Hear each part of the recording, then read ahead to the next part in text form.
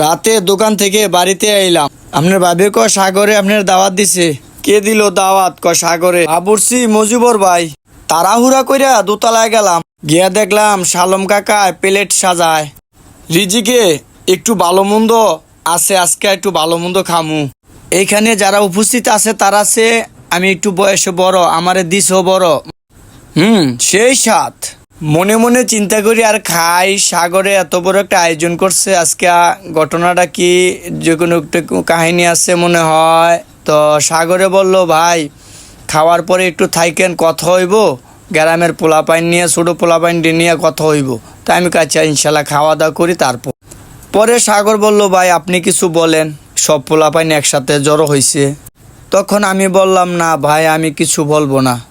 তখন সুন্দর কথাবার্তা বলেন, গ্রামের সব পোলাপাইন একসাথে করে জড়ো করে সুন্দর পরিবেশ কল্যাণ গ্রামের উন্নয়নের জন্য ভালো কিছু কথাবার্তা বক্তব্য রাখেন আমাদের ছোট ভাই মকবুল হোসেন, তারই সাথে আছে সাগর।